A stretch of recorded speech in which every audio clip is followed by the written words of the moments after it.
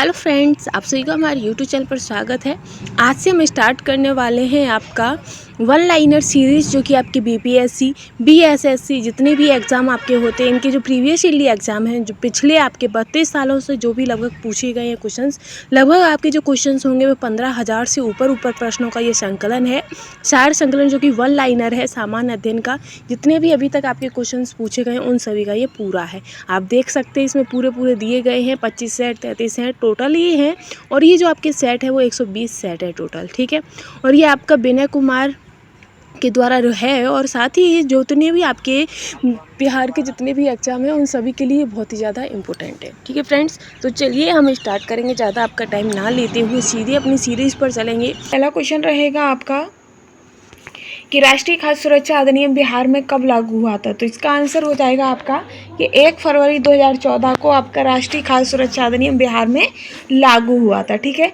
Next question है कि भारत में तांबा अयस्क का सबसे बड़ा उत्पादक राज्य कौन सा है।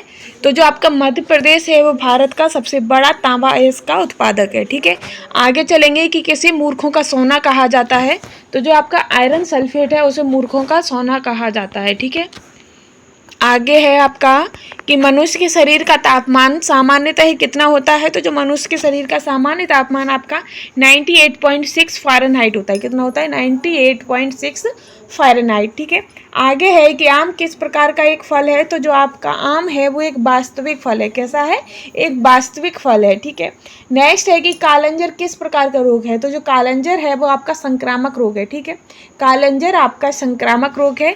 नेक्स्ट है रेसिडेक्स, यानी कि रेसिडेक्स सूचांक किसके द्वारा जारी होता है। तो ये आपका राष्ट्रीय आवास बैंक के द्वारा जारी होता है। कौन सा? रेसिडेंस बैंक जो सूचांक है वो आपका राष्ट्रीय आवास बैंक के द्वारा जारी होता है, ठीक। आगे हम चलेंगे नेक्स्ट पर कि बिहार का सबसे प्रसिद्ध सिद्धेश्वर मंदिर कहाँ स्थित है। तो बिहार का जो सबसे प्रसिद्ध सिद्धेश्वर मंदिर है वो आपका मधेपुरा में स्थित है। कहाँ पर है? मधेपुरा में, ठीक। नेक्स्ट रहेगा कि भारत में सौर तालाब की स्थापना कहाँ पर की गई है। तो जो भारत में सौर तालाब की स्थापना है वो गुजरात में की गई है। सौर तालाब गुजरात, ठीक। नेक्स्ट है कि मिसाइल का ध्वनि वेग कितना होता है। तो जो एक मिसाइल होती है उसका जो ध्वनि वेग होता है वो 180 से 190 dB होता है। कितना होता है? 180 से 190 dB, ठीक है। आगे चलेंगे हम नेक्स्ट क्वेश्चन पर। नेक्स्ट है आपका कि संयुक्त राष्ट्र व्यापार और विकास सम्मेलन UNCTAD का मुख्यालय कहाँ पर स्थित है। ये आपका जिनेवा में है। कहाँ पर है? जिनेवा में। संयुक्त राष्ट्र व्यापार और विकास सम्मेलन का मुख्यालय जिनेवा में है। नेक्स्ट है कि पाइका आंदोलन के नेता कौन थे। तो पाइका आंदोलन के नेता आपके बल्थी जगबंधु थे। कौन थे पाइका आंदोलन के नेता? तो बल्थी जगबंधु, ठीक है। नेक्स्ट है कि मिशन इंद्रधनुष का मुख्यालय क्या है। तो जो मिशन इंद्रधनुष का मुख्यालय है वो आपका बच्ची और गर्भवती महिलाओं का टीकाकरण है। क्या है? बच्ची और गर्भवती महिलाओं का टीकाकरण, मिशन इंद्रधनुष। आगे चलेंगे नेक्स्ट क्वेश्चन पर। तो आगे आपका नेक्स्ट रहेगा कि अंगोला की राजधानी क्या थी। जो अंगोला है उसकी जो राजधानी थी वो कहाँ थी। तो वो आपकी लुआंडा में थी। कहाँ पे थी? लुआंडा। आगे है कि धनुष मिसाइल प्रहार करता है। तो जो धनुष मिसाइल है वो आपका सतह पर प्रहार करता है, ठीक है। नेक्स्ट क्वेश्चन रहेगा आपका कि प्राकृतिक गैस का आँख से रक्त निकलने का प्रमुख कारण क्या होता है। जब पहाड़ों की इंसान पहाड़ी करता है, जो पहाड़ी लोग होते हैं वो जब पहाड़ों पर वो चढ़ाई करते हैं तो उनकी नाक से रक्त निकलने लगता है। तो उसका कारण क्या होता है? तो उसका कारण होता है वायुमंडलीय दबाव का घटना। क्या? जब वायुमंडलीय दबाव घटता है तो मनुष्यों के या फिर पहाड़ों पर नाक से रक्त निकलने लगता है, ठीक है। आगे हम चलेंगे नेक्स्ट क्वेश्चन पर। नेक्स्ट रहेगा आपका कि मनुष्य के शरीर में स्थित दूसरी सबसे बड़ी ग्रंथि कौन सी है। तो मनुष्य के शरीर में सबसे बड़ी दूसरी ग्रंथि आपकी अग्नाशय है। कौन सी है? अग्नाशय है, ठीक है। आगे है कि कौन सा बंदरगाह पोर्ट ऑफ कॉल का उदाहरण है। तो पोर्ट ऑफ कॉल का उदाहरण आपका अदन है। क्या है? अदन, ठीक है। नेक्स्ट है कि भोजपुरी उपन्यास पूर्वी के धा पुस्तक की रचना किसने की थी। तो भोजपुरी के उपन्यास पूर्वी धा की जो पुस्तक है उसकी जो रचना है वो जौहर सफियावादी ने की थी। किसने की थी? जौहर सफियावादी, ठीक है। नेक्स्ट रहेगा आपका कि बिहार विधानसभा में अनुसूचित जाति के लिए कितनी सीटें आरक्षित की गई हैं। तो बिहार विधानसभा में अनुसूचित जाति के लिए 38 सीटें आरक्षित की गई हैं। कितनी? 38। ठीक है, आगे चलेंगे हम नेक्स्ट क्वेश्चन पर। तो नेक्स्ट क्वेश्चन रहेगा आपका कि प्राचीन भारत में जोरवे संस्कृति का नाम किस राज्य में उसी नाम के स्थान के नाम पर रखा है? तो वो है आपका महाराष्ट्र। कहाँ पर है? महाराष्ट्र में। ठीक है, आगे है नेक्स्ट क्वेश्चन कि संक्रामक रोग और बाह्य प्रभाव से शरीर की रक्षा करने वाली कोशिकाएं कौन सी होती हैं? तो जो आपकी ल्यूकोसाइट्स होते हैं वो आपके संक्रामक रोग से और बाहर से जो बाहरी प्रभाव से जो शरीर की रक्षा करने वाली कोशिकाएं होती हैं आपकी। ठीक है, कौन सी? तो ल्यूकोसाइट। ठीक, आगे चलेंगे हम नेक्स्ट क्वेश्चन पर। नेक्स्ट क्वेश्चन, भारत में सामान्यतः पश्चिमी विक्षोभ से प्रभावित होने वाली फसल कौन सी है? तो वो आपकी रबी की फसलें हैं। किसकी फसलें हैं?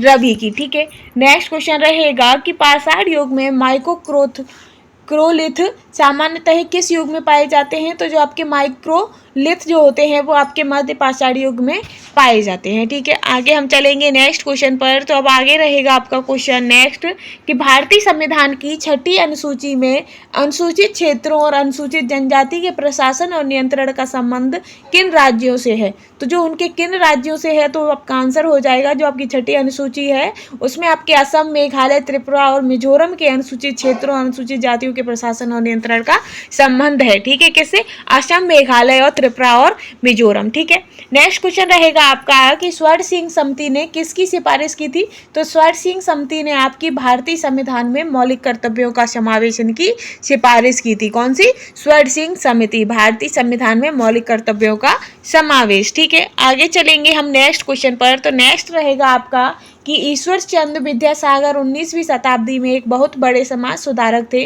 उन्होंने किस सामाजिक सुधार के लिए कदम उठाया था? तो उन्होंने विधवा पुनर्विवाह के लिए कदम उठाया था। किसने? ईश्वर चंद्र विद्यासागर ने विधवा पुनर्विवाह। ठीक, आगे है आपका कि अमलगम किस धातु का अयस्क है? तो जो आपका अमलगम है वो पारा का अयस्क है। ठीक है, हाइड्रोक्लिक लिफ्ट किस पर आधारित है? तो जो आपकी हाइड्रोक्लिक लिफ्ट होती है वो आपकी पास्कल के नियम पर आधारित होती है। किसके? पास्कल के नियम पर आधारित होती है। ठीक है, नेक्स्ट है कि डम्फा टाइगर रिजर्व कहाँ है? तो जो आपका डम्फा टाइगर रिजर्व है वो आपका मिजोरम में है। इसके बाद हम चलेंगे कि भारत में केंद्र राज्य संबंध पर द्वितीय आयोग का गठन कब किया गया था? तो द्वितीय आयोग का गठन आपका 2007 में किया था। ठीक है, अब आगे चलेंगे नेक्स्ट क्वेश्चन पर है कि किस वर्ष जिला पदाधिकारी जैक्सन की हत्या कर दी गई? तो वो आपकी 1909 में की गई थी। किस? 1909 में आपके जिला पदाधिकारी जैक्सन की हत्या कर दी गई थी। ठीक है, आगे हम चलेंगे नेक्स्ट क्वेश्चन पर। तो नेक्स्ट क्वेश्चन रहेगा आपका इसी में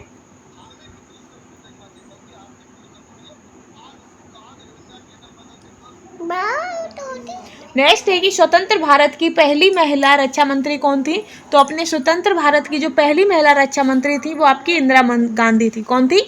इंदिरा गांधी। ठीक है, आगे है कि बिहार में मुखिया द्वारा कितनी अवधि पर ग्राम पंचायत की बैठक बुलाई जा सकती है?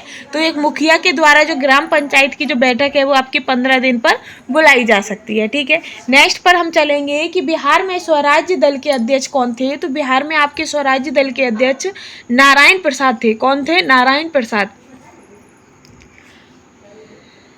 आगे रहेगा आपका कि पुस्तक इन ए फ्री स्टेट की रचना किसने की थी? तो जो आपकी पुस्तक है इन ए फ्री स्टेट तो वो आपकी वीएस नायपाल ने की थी। किसने की थी? वीएस नायपाल। ठीक है, आगे है कि माइटोकॉन्ड्रिया की खोज किसने की थी? तो माइटोकॉन्ड्रिया की खोज जो है वो आपकी अल्टमैन ने की थी। इस पे एस्पेरगिल्स का इस्तेमाल किसके निर्माण में किया जाता है? तो जो आपका एस्पेरगिल्स होता है उसका निर्माण अल्कोहल के बनाने में किया जाता है। ठीक है, आगे रहेगा आपका कि national museum of natural history Bharat में कहाँ है? तो आपकी जो national museum of natural history है ये आपकी नई दिल्ली में है। कहाँ पर स्थित है? नई दिल्ली। ठीक है, नेक्स्ट है कि बैंकिंग लोकपाल योजना भारत में प्रथम बार कब लागू किया गया था?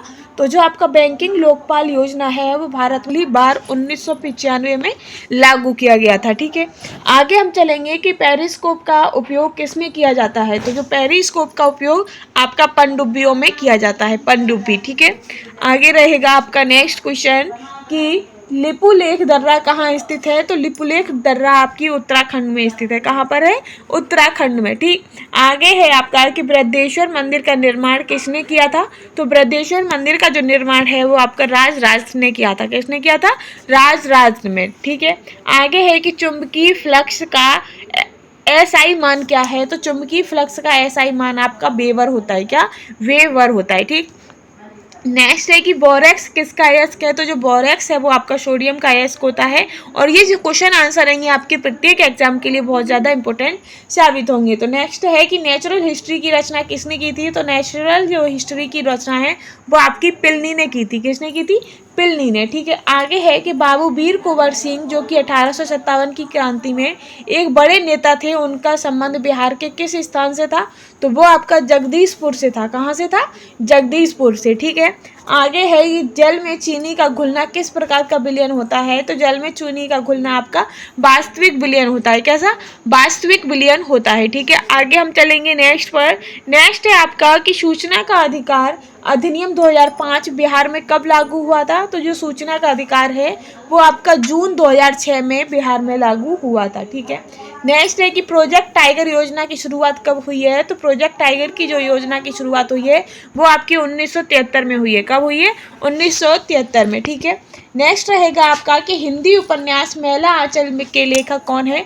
तो हिंदी उपन्यास मैला आंचल के जो लेखक हैं वो आपके फणीश्वर नाथ रेणु हैं। कौन है? फणीश्वर नाथ रेणु। ठीक है, नेक्स्ट क्वेश्चन है कि गॉड ऑफ स्मॉल थिंग्स, तो गॉड ऑफ स्मॉल थिंग्स उपन्यास के लेखक कौन है? तो वो आपके अरुंधति राय हैं। कौन है? अरुंधति राय। ठीक है, नेक्स्ट क्वेश्चन है कि श्वसन क्रिया के समय वायु में उपस्थित ऑक्सीजन की प्रतिशत मात्रा कितनी है? तो वो आपकी 17% है। कितनी है? 17%। ठीक, नेक्स्ट है कि जैन साहित्य भारतेश्वर बाहुबली राज की रचना किसने की थी? तो जैन साहित्य भारतेश्वर बाहुबली की रचना आपकी शिलभद्र सूरी ने की थी। किसने की थी? शिलभद्र सूरी ने। ठीक है, नेक्स्ट रहेगा इसी में आपका कि केंद्रीय जांच ब्यूरो का गठन किस प्रस्ताव के तहत किया गया था? तो केंद्रीय जांच ब्यूरो का जो गठन है वो आपका गृह मंत्रालय के प्रस्ताव के अंतर्गत किया गया था। गृह मंत्रालय के प्रस्ताव के अंतर्गत किया गया था। ठीक है, नेक्स्ट है कि ग्लिम्प्स ऑफ वर्ल्ड हिस्ट्री के लेखक कौन है? तो ग्लिम्प्स ऑफ वर्ल्ड हिस्ट्री के लेखक आपके जवाहरलाल नेहरू हैं। जवाहरलाल नेहरू। नेक्स्ट क्वेश्चन है कि भारत की स्वतंत्रता के पूर्व गठित अंतरिम सरकार में भारत के वाणिज्य मंत्री कौन थे? तो वाणिज्य मंत्री आपके अंतरिम रूप से आई चौड़ी थे। कौन थे? आई चौड़ीगढ़। ठीक है, नेक्स्ट क्वेश्चन रहेगा इसी श्रृंखला में आपका कि लुंग्स ग्लास कैसा? लुकिंग ग्लास अब बना होता है। तो लुकिंग ग्लास जो होता है वो आपका समतल दर्पण से बना होता है। ठीक है, नेक्स्ट है कि किसे वृक्षी मेढक के रूप में जाना जाता है? तो जो आपका हाइला होता है उसे वृक्षी मेढक के रूप में जाना जाता है। नेक्स्ट है कि बिहार किस नृत्य के माध्यम से वर्षा के लिए इंद्र की पूजा करती है? तो झिझिया जो होता है, झिझिया नृत्य वो आपका बिहार से संबंधित है और ये इंद्र की पूजा के लिए किया जाता है। आगे है कि गन्ने में रेड डॉट बीमारी के होने का क्या कारण है? तो गन्ने में जो रेड डॉट बीमारी होती है वो आपकी कवक के द्वारा होती है। किसके द्वारा? कवक के द्वारा होती है। ठीक है, आगे हम चलेंगे नेक्स्ट पर। तो नेक्स्ट रहेगा कि पंचायती राज चुनाव समिति का गठन कब किया गया था? तो जो पंचायती राज चुनाव समिति है वो आपका 1965 में इसका गठन किया गया था।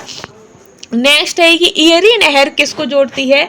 तो जो आपकी एरी नहर है वो आपकी एरी झील और अंटेरियो झील को जोड़ती है। किसको? एरी झील और अंटेरियो झील को जोड़ती है आपस में। ठीक है, नेक्स्ट है कि नाभिकीय रिएक्टर में इस्तेमाल किया जाता है। तो नाभिकीय रिएक्टर में आपका हीलियम इस्तेमाल किया जाता है। आगे है कि बिहार में पंचायत समिति की सामाजिक न्याय समिति का अध्यक्ष कौन होता है? तो वो आपके पंचायत समिति के उप प्रमुख होते हैं। आगे है कि मैसावी रेंज किसके लिए प्रसिद्ध है? तो ये आपका लोहा के लिए प्रसिद्ध है। तो हमारी ये श्रृंखला आपकी यही समाप्त होती है। अगर आपको हमारा कंटेंट पसंद आता है तो प्लीज़ चैनल के साथ बने रहिएगा। Thanks for watching.